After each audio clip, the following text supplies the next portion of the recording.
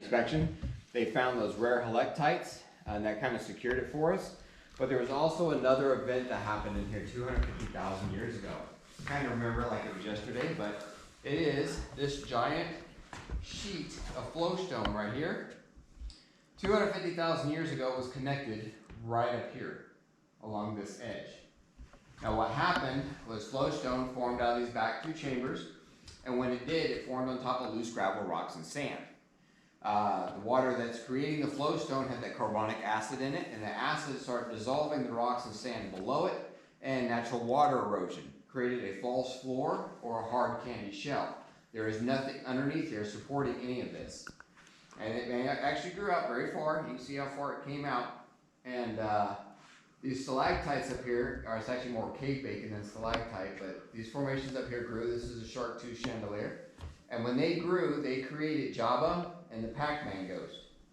And eventually Jabba's weight got so immense that that false floor couldn't support it anymore, and it came crashing down. And when it did, it took off all the helictites growing on the back wall. These white marks should look like this right up here.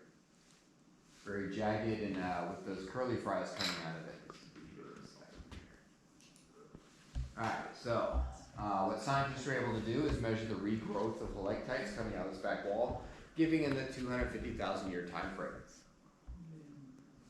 If you look at the bottom of this formation right in here in this area, you'll see some jagged cave bacon coming down.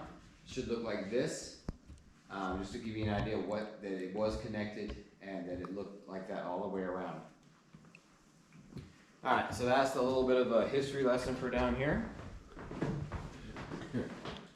Now, for those of you guys that didn't get to see soda straws,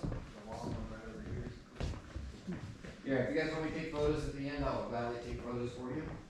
Part of the service. Alright, so these straight tubes coming down right here, and then those are soda straws. Right next to them are stalactites. This formation right down here, this is the last formation that I can show you. This is called a helicmite. And helicmite, very similar to a helictite, just grows out of the floor. Looks like an evil claw or a bird head. Now the iron, I was saying about iron coming out of the wall looking like sheet metal. It's this stuff right here.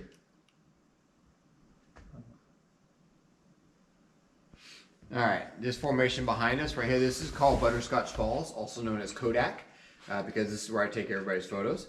Now, Butterscotch Falls is flowstone, cave bacon, and stalactites.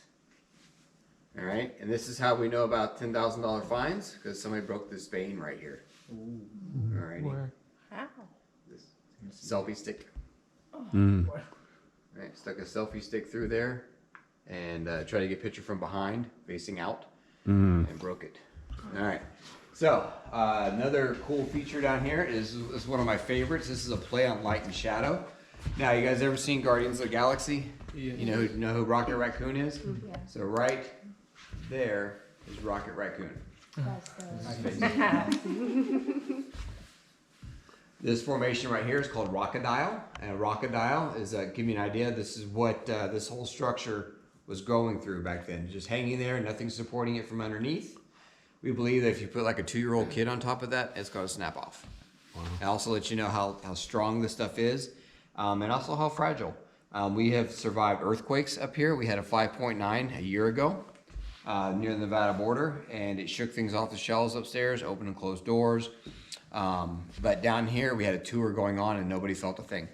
Wow. And it's because you're inside solid rock.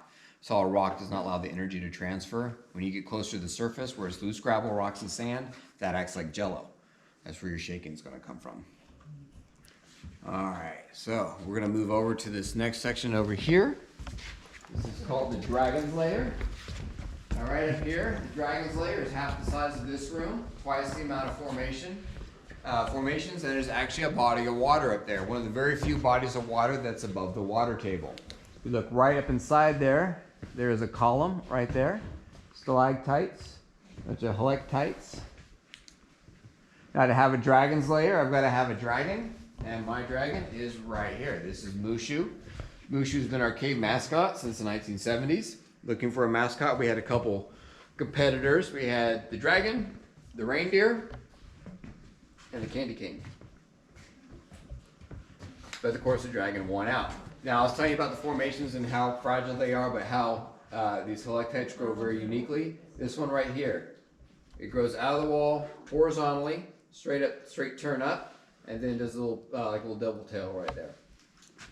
The other one I mentioned is the one that stair steps up the wall. It's right here, comes out of the wall, up, cross, and then explodes. All these other little formations are very independent of each other. They're doing their own thing. Now inside these you'll see stalactites and soda straws growing in there too. Alright, last formation I had to show you guys is right here. This right here is the Wicked Witch of the West. Now, I don't know what she did to be called Wicked. Some people call her the Wicked Witch, the Melting Indian. I just have a way of describing her. This is a lady at the hair salon. She's getting her hair done. She's got her head back in the soap bowl. Her nose, mouth, and chin are stalagmites. Her head is flowstone. Her hair is an angel wing and stalactites. And maybe she's the Wicked Witch because her thumb is on the wrong side of her hand. But the discoloration in her is dust. She is pure white. Very cool formation. Can you hose it off and make it white? No, messing with it down here, it usually just creates more of a mess than helping. The only thing that we will rinse off down here is the steps if Mother Nature doesn't do it for us. And if you guys come back here in the winter time, you can actually see this place in drip mode. And here, we still don't get a lot of water. I counted like 15 raindrops in this one area a day. The next chamber, the last chamber we were in, you would have been soaked from the shoulders up. And then the first chamber would have been not so bad, but you still could have felt a couple drops. What's usually the wettest month of the year? September, October. Just as long as we got rain. And it also depends on volume. In September, we got 9 inches of rain in one day. And this place, it was deafening down there. I was losing my voice, having to yell over the rain, over the water dripping in. It usually takes 2 months for the water to traverse, but at that time it only took like 2 days. Alright, and if you guys want photos taken in front of Butterscotch, I will gladly do that for you. But feel free to look around, ask questions. You got 5 minutes.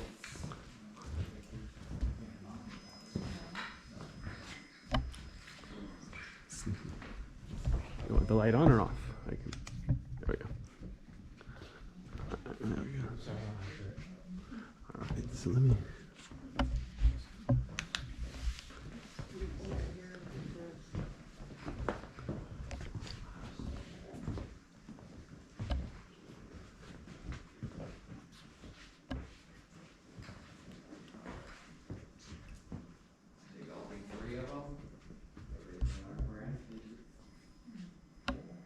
Wow, there's some really skinny ones down there. Really, man, I'd love to climb down there. It's like the only easy part of the cave right here. I always do it with somebody down here with me, so they know if I die, they know where I die. I have done it too. I've changed out like this light bulb right here. And it's like we have to go pick up trash. There's a lot of room that we can pick up trash in. And even then, it's still very. I don't get out of arm's reach of this thing. I use these long.